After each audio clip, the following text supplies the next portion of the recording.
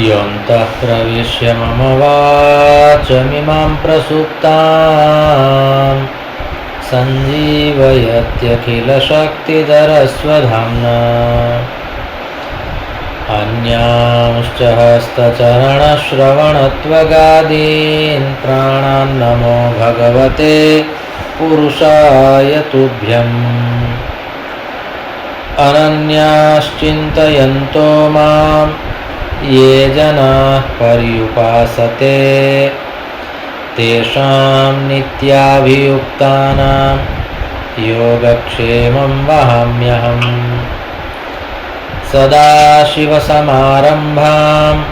शङ्कराचार्यमध्यमाम् अस्मदाचार्यपर्यन्तां वन्दे गुरुपरम्पराम्।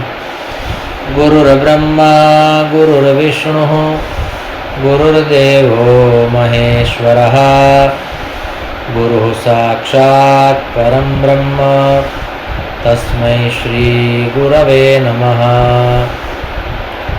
ओम शांतिः शांतिः शांतिः।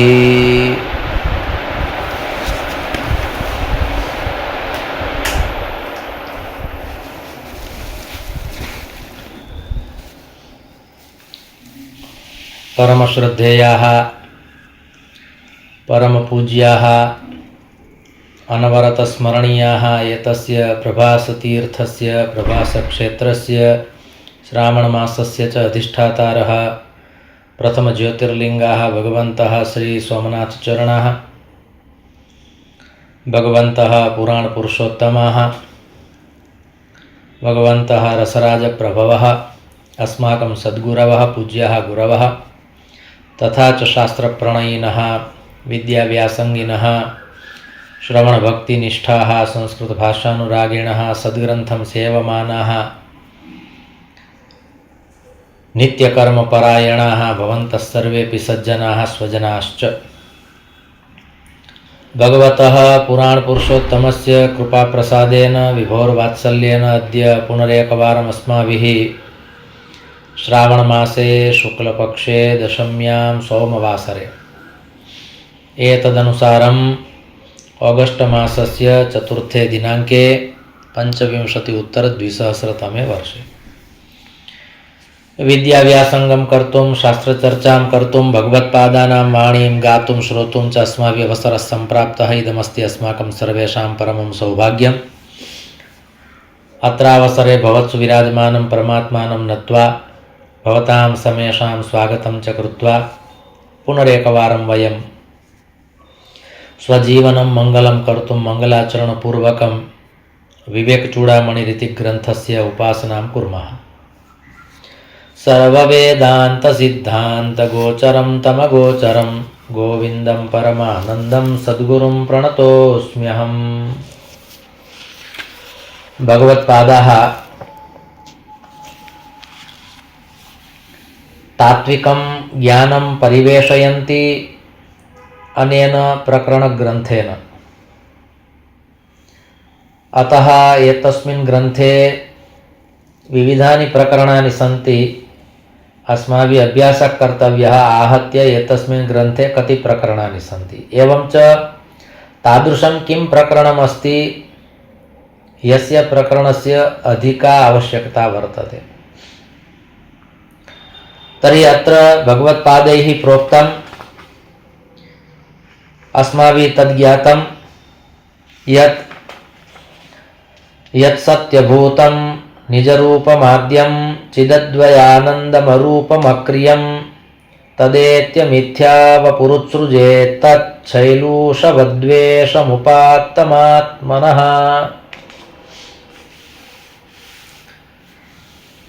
अस्मिन् श्लोके कण्ठचामीकरन्यायेन भगवत्पादेन किमपि परिवेशितम्। कण्ठचामीकरन्यायः अर्थात् अस्माकं कण्ठे एकः हारः अस्ति, किन्तु सः हारः पुनः केनचित् वस्त्रेण, केनचित् कवचेन, केनचित् व्याजेन आच्छादितः अस्ति, न दृश्यते। सहसा अस्माकं मनसि आगच्छति यद् मम पार्श्वे एकः हारः आसीत्, कुत्र गतः? पुनः अस्माभिः तस्य हारस्य अन्वेषणं क्रियते। बहुषु स्थानेषु संशोधनं कृत्वा, अवलोकनं कृत्वा, विलोक्य तथापि हारः न प्राप्तः। सः जनः खिन्नः जातः यद् मम पार्श्वे मूल्यवान् हारः आसीत्, कुत्र गतः न जाने।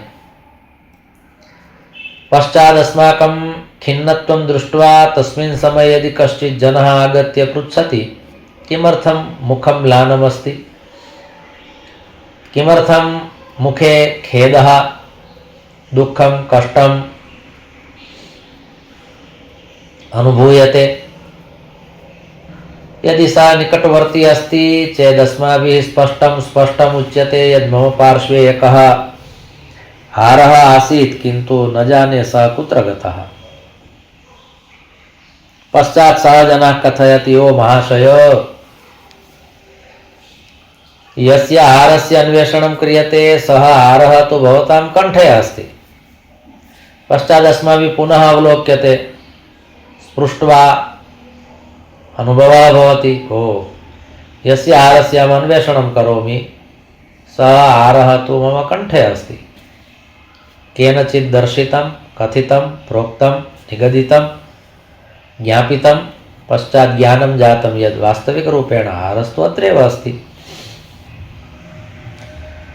ज्ञानस्यापि तथैव अस्ति। सर्वं ज्ञानम् अस्मासु निहितं वर्तते, किन्तु बहिः वयम् अन्वेषणं कुर्मः। पश्चात् कश्चित् भगवत्पादसदृशः महापुरुषः आगच्छति चेत् सः कथयति, यच्चित् यद् अद्वयानन्दं निजरूपं, यद् आद्यं, यद् सत्यं, यद् अरूपं, यद् अक्रियं, यद् आत्मतत्त्वं, यद् विशुद्धं ज्ञानं, यस्य अन्वेषणं त्वया बहिः क्रियते तत्तु त्वयि एव वर्तते।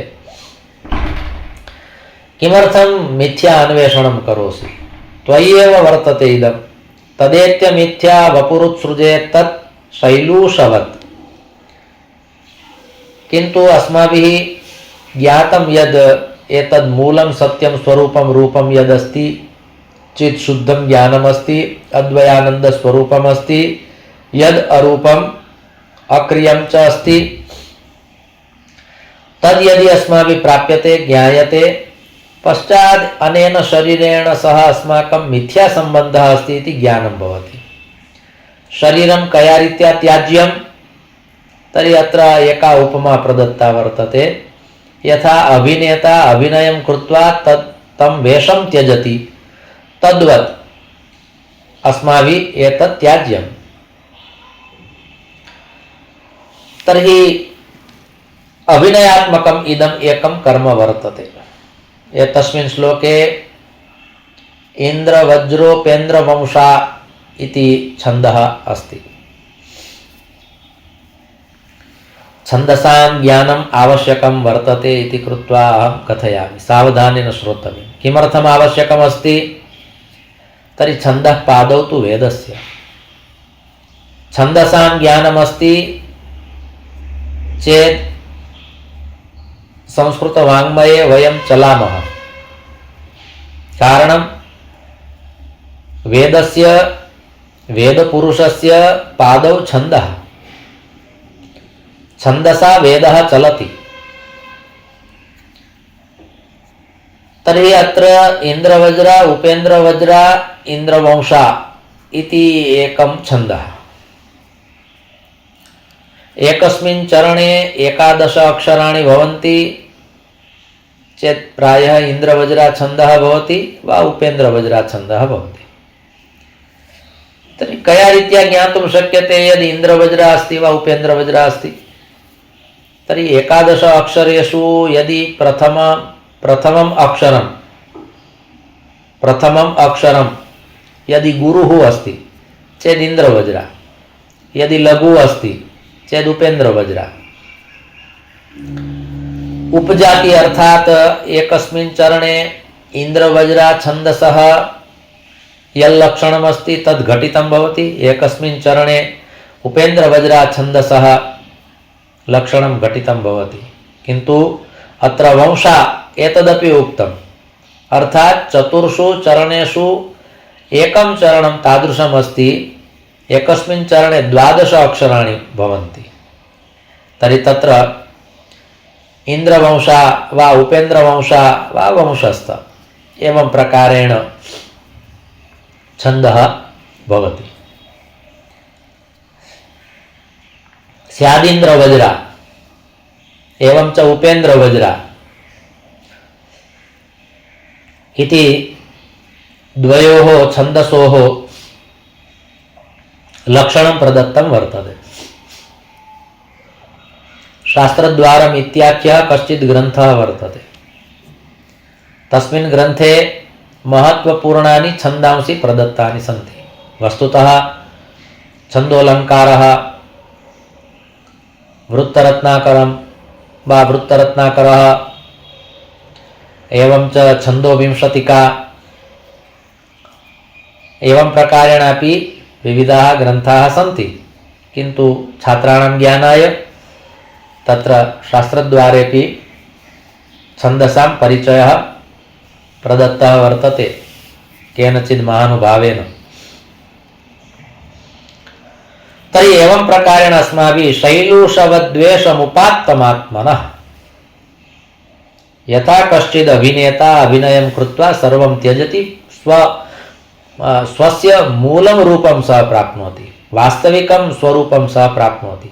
वास्तविकं स्वरूपम् एतदपि वक्तुं योग्यं नास्ति, कारणं तदपि तस्य वास्तविकं स्वरूपं नास्ति। वास्तविकस्वरूपस्य बोधं कारयन्ति भगवत्पादाः। तर्हि एवं प्रकारेण अस्माभिः तदेकं पद्यं ज्ञातम्। इदानीं ततः काचित् अग्रे अस्माकं यात्रा वर्तते।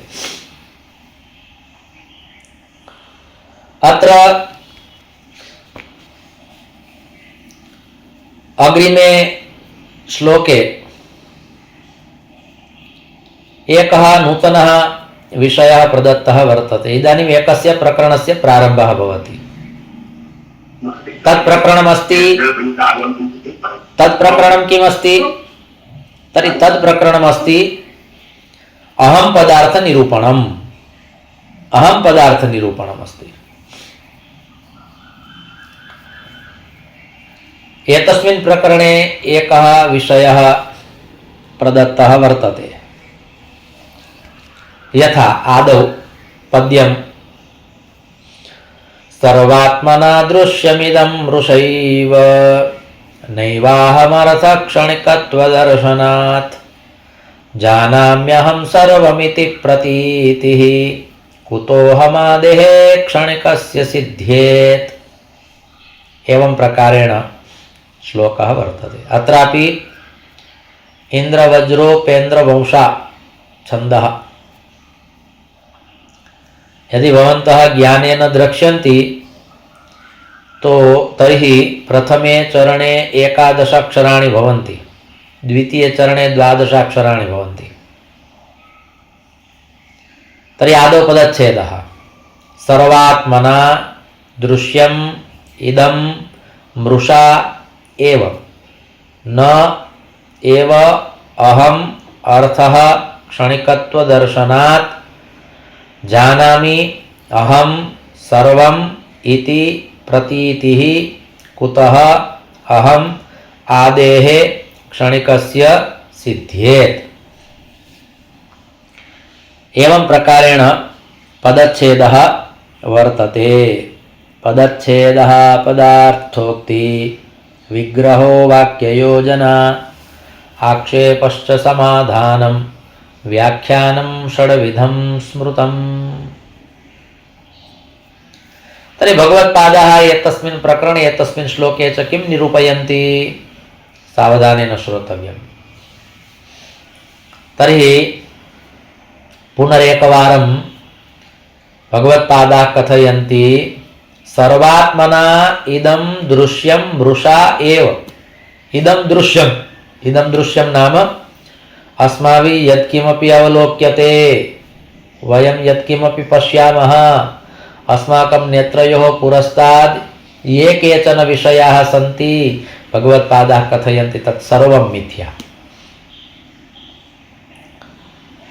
कुत्रचित् अस्माभिः तथा पठ्यते यद् ब्रह्म सत्यं जगत् सत्यं जीवो ब्रह्मेव नापरः। कुत्रचित् तथा पठ्यते ब्रह्म सत्यं जगन्मिथ्या जीवो ब्रह्मेव नापरः। श्लोकार्धेन प्रवक्ष्यामि यदुक्तं ग्रन्थकोटिभिः ब्रह्म सत्यं जगन्मिथ्या जीवो ब्रह्मेव नापरः। एवं प्रकारेण श्लोकः अस्ति। तर्हि तत्र ब्रह्म सत्यं जगत् सत्यम् इति कथनस्य तात्पर्यं किमस्ति? यदि तात्पर्यम् अस्माभिः अवगम्यते चेत् तथा वक्तुं शक्यते यद् उभयमपि सत्यमस्ति। किन्तु तत्रापि यदि तात्पर्यम् अनुभूयते चेत् ब्रह्म सत्यं जगन्मिथ्या इति सत्यमस्ति। तर्हि आदौ ब्रह्म सत्यं जगत् सत्यम् एतादृशः यदि पाठः अस्ति चेत् अयं पाठः अपि सत्यः। कया रीत्या सिद्धं कुर्मः? ब्रह्म सत्यं जगत् सत्यं। ब्रह्म सत्यमस्ति इति तु निर्विवादितं वाक्यं वर्तते।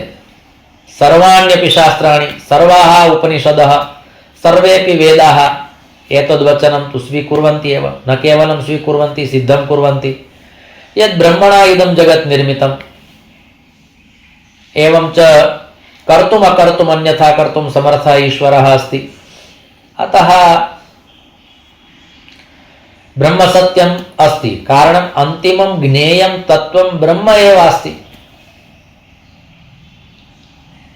एकेन विज्ञानेन सर्वं विज्ञातं भवति इति वचनेनापि तद् ज्ञातुं शक्यते। उपनिषद्वचनम् एकोऽहं बहुस्यां प्रजायै इति वचनेनापि तद् विज्ञातुं शक्यते यत् परमात्मा ब्रह्मतत्त्वम् एकमेवास्ति।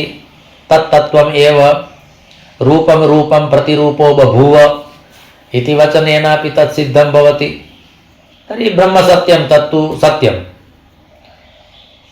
त्रिकालाबाधितं सत्यम् इदं वचनं। किन्तु जगत् सत्यम् इति किमर्थं वाक्यं यथार्थं भवति? तर्हि अत्र अस्माभिः तद् ज्ञेयं भवति। महापुरुषाः कथयन्ति यत् कुत्रचित् भाष्येपि लिखितमस्ति यत् ब्रह्मतत्त्वं सत्यमस्ति चेत् ब्रह्मतत्त्वेन यत् कार्यं कृतं तत् कार्यमपि तद्वत् सत्यमेव भवति। यथा सत्यपुरुषः असत्यं कर्तुं कथं शक्नुयात्? यथार्थवक्ता यत्किमपि वदति तद् यथार्थमेव वदति। तर्हि ब्रह्मतत्त्वं यदि सत्यमस्ति चेत् एतत् जगत् ब्रह्मणः एव कार्यं वर्तते। तर्हि सत्यरूपस्य ब्रह्मणः असत्यरूपं कार्यं जगद्रूपं कथं भवितुमर्हति इति कृत्वा जगत् सत्यं। ब्रह्मणा निर्मितं जगदस्ति, अस्माभिः निर्मितं जगत् मिथ्या सत्यं, तद् मृषा सत्यं, तत् सत्यं सत्यं नास्ति। कारणम् अस्माकं शरीरम् अपि इदं पूर्णतया सत्यं नास्ति। अस्माकम् अस्तित्वं सर्वेषु कालेषु नास्ति इति कृत्वा अस्माभिः यद् यद् क्रियते तत्सर्वमपि सार्वकालीनं न भवति। तदवगन्तुं शक्यते। तेनैव व्याजेन, तेनैव प्रकारेण इदमपि ज्ञातुं शक्यते यद् ब्रह्मणा यद् कृतं तत् सत्यमेव कृतं स्यात्। यथा कैलासपर्वतस्य एकः प्रसङ्गः शिवपुराणप्रसङ्गे अस्माभिः श्रुतः आसीत्। भगवान् शङ्करः कथां करोति, पार्वती कथां शृणोति। तस्मिन् समये कथायां भगवता शङ्करेण एकं वाक्यं तथा समुच्चारितं यद् एकवारं नारदः नारायणाय शापं ददौ। तर्हि पार्वती कथयति नारायणस्य कः अपराधः आसीत्? एतादृशः प्रश्नः पृष्टः। पार्वती तथा न उक्तवती, प्रोक्तवती, पृष्टवती यद् किमर्थं नारदेन शापः प्रदत्तः। किन्तु पार्वती किम् उक्तवती? नारायणस्य कः अपराधः आसीत् येन नारदः शापं ददौ? तर्हि भगवान् शङ्करः अपि अत्र जिज्ञासां विदधाति, करोति, एवं च पृच्छति, हे देवी, किमर्थं त्वया नारायणस्य अपराधविषये एव पृष्टं? किमर्थं नारदेन शापः प्रदत्तः? तादृशाय समर्थपुरुषाय नारायणाय, परमपुरुषाय, पूर्णपुरुषाय नारायणाय शापः प्रदत्तः नारदेन? किमर्थं नारदेन शापः प्रदत्तः? एतादृशं किमर्थं न पृष्टं? तस्मिन् समये पार्वती वदति, का अस्माकं परम्परा वर्तते, अस्माकं शास्त्राणि कीदृशानि सन्ति तदत्र ज्ञातुम् अवसरः वर्तते।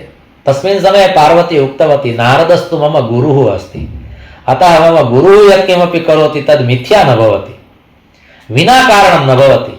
नारायणस्य कश्चित् अपराधः स्यात्, तेन कारणेनैव मम गुरुः शप्तवान्, शापं दत्तवान् स्यात्। तर्हि समर्थः गुरुः अस्ति, कारणं पूर्वाश्रमे, पार्वत्याः पूर्वाश्रमे पार्वत्याः गुरुः अस्ति नारदः। तर्हि सा पार्वती जानाति मम गुरौ मम पूर्ण श्रद्धा अस्ति, अतः मम गुरुः किमपि मिथ्यां कर्तुं न शक्नोति, तत्र मृषा किमपि न भवति, सकारणमेव किमपि कृतं स्यात्, नारायणस्यैव कश्चित् अपराधः स्यात्, तेन कारणेनैव शापः प्रदत्तः। तदानीं भगवान् शङ्करः कथयति, ओ मया नारदः गुरुरूपेण प्रेषितः आसीत्, तत् कार्यं तु अनेन सम्यक् प्रकारेण कृतमस्ति, उत्तमा सा कथा वर्तते। तर्हि यः समर्थः पुरुषः अस्ति, सः समर्थः पुरुषः यत्किमपि कार्यं करोति तत् कार्यमपि समर्थं भवति। तर्हि ब्रह्म सत्यमस्ति चेत् तेन सत्येन ब्रह्मणा जगत् निर्मितं चेत् तत् जगत् अपि सत्यं भवितुमर्हति। एतत् जगत् मिथ्या नास्ति, कारणं मिथ्या पुरुषः अत्र नास्ति, परमपुरुषः अस्ति, ब्रह्मतत्त्वम् अस्ति, तेन ब्रह्मतत्त्वेन इदं कार्यं कृतमस्ति। अर्थात् जगत् निर्माणं ब्रह्मणा कृतम्। अत्र ब्रह्मणा इति ब्रह्मशब्दस्य तृतीय एकवचनं, न तु ब्रह्मा शब्दस्य तृतीय एकवचनं। तर्हि अत्र ब्रह्मणा इदं जगत् निर्मितं। पुराणपरम्परायां ब्रह्मा जगत् सृजति, विष्णुः पालयति, शिवः संहरति, तत् सत्यं। किन्तु गुरुः साक्षात् परं ब्रह्म इत्यत्र यद् ब्रह्म अस्ति तस्य ब्रह्मणः अत्र चर्चा वर्तते। तर्हि यद् ब्रह्मतत्त्वं सत्यमस्ति तेनैव सत्येन ब्रह्मणा इदं जगत् निर्मितम्, अतः इदं जगत् मिथ्या भवितुं नार्हति। एवं प्रकारेण यदा अस्माभिः अवगम्यते चेत् ब्रह्म सत्यं जगत् सत्यं। किन्तु भगवत्पादाः कथयन्ति ब्रह्म सत्यं जगन्मिथ्या। यदि ब्रह्मतत्त्वं सत्यमस्ति, यथार्थमस्ति, त्रिकालाबाधितमस्ति, परमसत्यमस्ति, एवं च तादृशेन ब्रह्मतत्त्वेन यदि इदं जगत् निर्मितमस्ति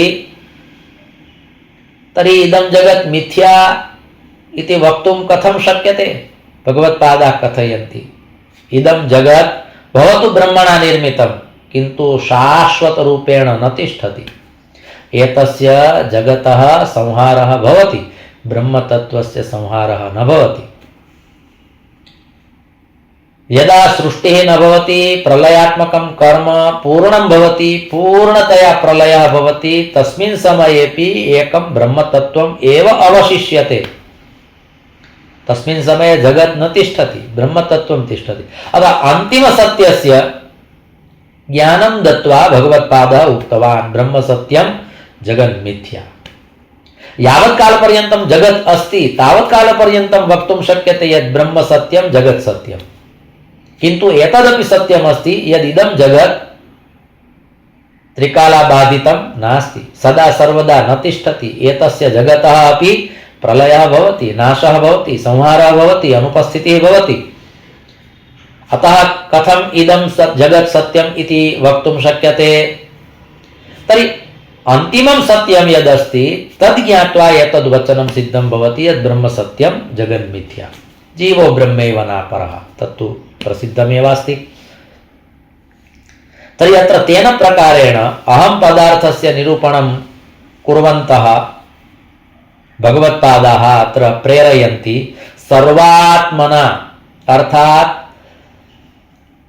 विस्तृतदृष्ट्या यदि विचार्यते चेत् सर्वात्मना अर्थात् सर्वात्मभावेन अभितः परितः पूर्णरीत्या विचिन्त्य विलोक्य ज्ञात्वा श्रुत्वा पठित्वा विदित्वा यथा कथमपि शास्त्राणां निष्कर्षरूपेण अर्करूपेण यदि किमपि तत्त्वं ज्ञेयमस्ति चेत् तत्तत्त्वरूपेण किं ज्ञातुं शक्यते सर्वात्मना यथा कथमपि भवान् विचारयतु इदं सत्यमस्ति किं सत्यमस्ति दृश्यम् इदं मृषा एव अर्थात् यत् किमपि दृश्यते अवलोक्यते तद् मृषा एव अस्ति मिथ्या एव अस्ति निरर्थकमेव अस्ति चिरन्तनं नास्ति शाश्वत नास्ति सनातनं नास्ति न स्थास्यति भवतु इदानीं तव नेत्रयोः अग्रे इदं जगत् वर्तते किन्तु यथा तव स्थितिः नास्ति भविष्यत्काले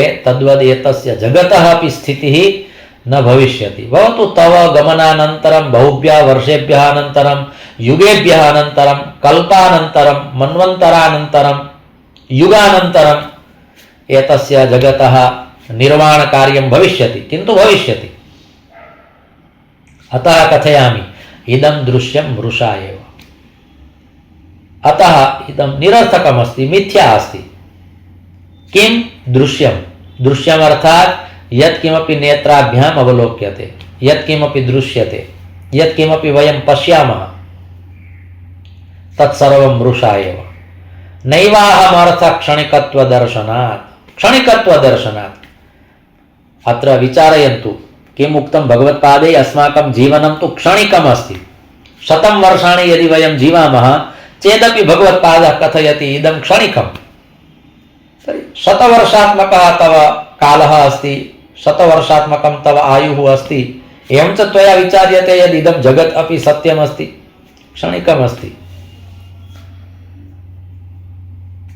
नैवाहमर्थः इति अत्र उक्तं न एव अयम् अर्थः नाम वस्तुतः क्षणिकत्वदर्शनात् 100 वर्षाणि यावत् त्वया एतत् जगत् विलोक्यते अवलोक्यते एवं च त्वं तथा कथयसि यत् इदं जगत् चिरन्तनमस्ति इति सम्यक् प्रकारेण शास्त्राणि पठतु तत्र उक्तमस्ति यत् समये समये पुनः एतस्य जगतः संहारकार्यं भवत्येव भगवान् शङ्करः संहारलीलां करोत्येव तस्मिन् समये किमपि न भवति 84 लक्षपरिमितासु योनिषु यावन्तः जीवाः भवन्ति तेषु एकः अपि जीवः न तिष्ठति एवं च जगत् न पश्यति अर्थात् दृश्यमिदं मृषा एव एतदेव अद्य चिन्तनीयम् दृश्यमिदं मृषा एव दृश्यमिदं मृषा एव यत् किमपि पश्यामि अस्माभिः पूर्वमपि ज्ञातमासीत् अस्माकं नेत्रयोः पुरस्तात् यादृशः तादृशः वैभवः वर्तते यत्र यत्र अस्माकं गृहे यदि सुवर्णं भवति धनं भवति वैभवपूर्णं विशालं भवनमस्ति तद्दृष्ट्वा तु दृश्यमिदं मृषा एव तत्तु सत्यं किन्तु यदि कदाचित् अस्माभिः बहिर्गम्यते वृक्षाणाम् अवलोकनं नदीपर्वतानाम् अवलोकनं साक्षात् समुद्रस्य दर्शनं चेदपि ज्ञातुं शक्यते मृषा एव इदं मिथ्या एव वर्तते एतदपि चिरं न तिष्ठति चिरं न स्थास्यति अतः अत्र भगवत्पादाः कथयन्ति क्षणिकत्वदर्शनात् क्षणभङ्गुरं जीवनम् इति बहुषु शास्त्रेषु निरूपितं वर्तते क्षणभङ्गुरं जीवनम् एकस्मिन् क्षणे एकः जीवः भवति द्वितीयक्षणे एव सः न भवति अस्माभिः विचार्यते इदानीं तु तेन व्याख्यानं गृहीतमासीत् इदानीं सः नास्ति इति भवता उच्यते अहं तु न स्वीकरोमि इदमिदानीमेव अहं व्याख्यानं श्रुतवान् तेषां मुखात् अने इदानीं भवन्तः कथयन्ति ते इदानीं भूतले न सन्ति ते प्रस्थिताः दिवङ्गताः तर्हि तद् अवगन्तुं ज्ञातुं स्वीकर्तुम् अवसरः नास्ति अस्माकं चेतसि किन्तु तथापि यदा वास्तविकं ज्ञानं भवति चेत् अस्माभिः स्वीकर्तव्यं भवति यद् वास्तविकरूपेण सः इदानीं जनः नास्ति तर्हि समाजे संसारे बहूनां जनानाम् अस्माभिः एतादृशः सन्देशः सम्प्राप्तः वर्तते। इदमिदानीमेव ते आसन्, अस्माभिः सह एव इदानीं तेषां वार्ता जाता, इदमिदानीमेव अस्माभिः सह भुक्तिः कृता, सह एव भोजनं कृतम्, इदानीं ते न सन्ति, अहं तु न स्वीकरोमि, मम मनः न स्वीकरोति इदम्। एतस्मात् कारणात् अयं शब्दः बहु योग्यः स्थापितः वर्तते यत् जीवनं क्षणभङ्गुरम्। एकस्मिन् क्षणे कस्मात् किं भविष्यति, केन किं भविष्यति, कस्मिन् किं भविष्यति तद् ज्ञातुं न शक्यते। अतः इदं जीवनं क्षणभङ्गुरम् अस्ति। तद्वत् भगवत्पादाः कथयन्ति यत् क्षणिकत्वदर्शनात् त्वया तु केवलं शतवर्षात्मकम् आयुः सम्प्राप्तम्, एवं च तस्मिन् आयौ त्वया आयुषि त्वया एतत् सर्वम् अवलोकितम्, एवं च त्वं कथयसि शतवर्षात्मकः अनुभवः अस्ति, एवं च कथयसि यद् इदं जगत् सत्यमस्ति। नास्ति, क्षणिकत्वदर्शनात्। जानाम्यहं सर्वमिति प्रतीतिः, अहं सर्वं जानामि इति तु केवलम् एका प्रतीतिः वर्तते, लघ्वी अनुभूतिः वर्तते। अस्माभिः समये समये उच्यते अहम् इदं जानामि, अहम् इदं जानामि। भगवत्पादाः कथयन्ति त्वं किं जानासि, त्वं किमपि न जानासि। तथापि अस्माभिः किम् उच्यते, अहम् इदं जानामि, जानाम्यहम्, अहं जानामि। तथापि अग्रे एकः शब्दः स्थापितः, त्वं किं जानासि, सर्वमिति, अहं सर्वं जानामि, सर्वं खल्विदं ब्रह्म। तर्हि एतस्य वाक्यस्य अनुभूतिः नास्ति। इदं वाक्यं जानामि, किन्तु अनेन वाक्येन किं सिद्धं कर्तव्यमस्ति तद्वयं न जानीमः। तथापि अस्माकं भ्रमः कीदृशः वर्तते, यद् सर्वं जानामि अहम् इति प्रतीतिः। कुतोऽहमादेः क्षणिकस्य सिद्ध्येत्, तव यद् आयुरस्ति अनेन किं ज्ञातुं शक्यते, एतत् शरीरम् एव अस्थिरम् अस्ति, स्थिरं नास्ति चेत् अस्थिरेण शरीरेण त्वयि यद् ज्ञानमस्ति तद् ज्ञानं स्थिरमस्ति, तत् कया रीत्या वक्तुं सिद्धं कर्तुं च त्वं शक्नोषि, शक्यमेव नास्ति। अस्माकं केचन व्यावहारिकाः अनुभवाः भवन्ति, तत् सत्यं, किन्तु अनुभवानां गणना अस्माभिः अनुभूतिरूपेण क्रियते चेत् तदसत्यं, तद् ज्ञानमस्ति इति असत्यं। प्रातःकाले अस्माभिः जलं पीतं चेत् अस्माभिः उच्यते इदानीं मम जिह्वा कार्यं करोति, सत्यं। कदाचित् मध्याह्नकालः भवेत्, तस्मिन् समये कदाचित् जिह्वा वक्तुमपि न शक्नुयात्, स्वादग्रहणे अपि कदाचित् अक्षमा भवेत्। तर्हि प्रातःकाले यद् ज्ञानं प्राप्तं तद् ज्ञानं कुत्र गतं, जिह्वायाः न स्थास्यति। जटिलः विषयः वर्तते, किन्तु महत्त्वपूर्णः विषयः अस्ति। अहं तु यथा पद्यं पठित्वा यद् अनुभवामि, भगवत्पादैः कीदृशम् उक्तं यत् त्वं जानासि इति एकः भ्रमः वर्तते, किमपि न जानासि। अत्र उक्तं कुतोऽहमादेः क्षणिकस्य सिद्ध्येत्, मिथ्याज्ञानं वर्तते, अनुभवानां गणना अनुभूतिरूपेण न कर्तव्या। प्रातःकाले अस्माभिः त्वचा किमपि ज्ञानं प्राप्तम्, अर्थात् स्पर्शेन्द्रियेण ज्ञानं प्राप्तं, तर्हि तस्य ज्ञानस्य अनुभूतिः मध्याह्नकाले, रात्रौ, पुनः द्वितीयदिवसे, तृतीयदिवसे तादृशीरेव अनुभूतिः न भवति, यादृशी अनुभूतिः प्रथमवारम् अस्माभिः कृता, कदाचित् स्पर्शेण, कदाचित् दृश्येण, नेत्राभ्यां कदाचित् अस्माभिः किमपि दृश्यं विलोकितं। तस्मिन् समये उदाहरणरूपेण कथयामि, सावधानेन श्रोतव्यम्। उदाहरणरूपेण कथयामि, कश्चित् मनुष्यः स्वजीवने कदापि समुद्रं न दृष्टवान्। प्रथमवारं यदा सः मनुष्यः समुद्रं पश्यति, चकितः भवति, एतावान् जलराशिः, एतावत् जलं, कदापि मया एतादृशः पुरुषः मया स्वजीवने विलोकितः अस्ति इति कृत्वा कथयामि। तस्य प्रसङ्गस्य प्रत्यभिज्ञा भवति, तदपि सत्यं, किन्तु तेन पुरुषेण प्रथमवारं समुद्रं दृष्ट्वा यः अनुभवः कृतः, स एव अनुभवः आजीवनं न तिष्ठति, भावः तिष्ठति कदाचित्, यावत् तस्य अस्तित्वमस्ति तावत्, किन्तु सः एव मनुष्यः यदा द्वितीयवारं समुद्रं पश्यति तदानीं तादृशं कुतूहलं न भवति यादृशं कुतूहलं प्रथमवारं जातमासीत्। तर्हि प्रथमवारं समुद्रस्य यद् दृश्यं दृष्टं तद् ज्ञानं कुत्र गतं? द्वितीयवारं यदा पश्यति, यथा कश्चित् मनुष्यः स्वजीवने तस्य जीवने कदाचित् चतुश्चक्रिका नास्ति, 4 व्हील् नास्ति, सः विचारयति एकवारं मम गृहे चतुश्चक्रिका आगच्छेत्, अहं बहु आनन्दितः भविष्यामि। यदा चतुश्चक्रिका आगच्छति, क्रेतुं गच्छति, बहु उत्साहः वर्तते, बहु आनन्दः अस्ति चेतसि। आनन्दशब्दः अत्र तु न प्रयोक्तव्यः, किन्तु एकं सुखमस्ति चेतसि। सः विचारयति, ओ मम पूर्वजैः कदापि चतुश्चक्री न चालिता, मम गृहे चतुश्चक्री आगमिष्यति, नीत्वा आगच्छति, कुतूहलपूर्णेन भावेन सः पुनः गृहं प्रविशति, गृहे ये सभ्याः भवन्ति तेभ्यः कथयति, आगच्छन्तु अस्माभिः यत् एकं यानं क्रीतमस्ति, अहं किमपि दर्शयितुम् इच्छामि।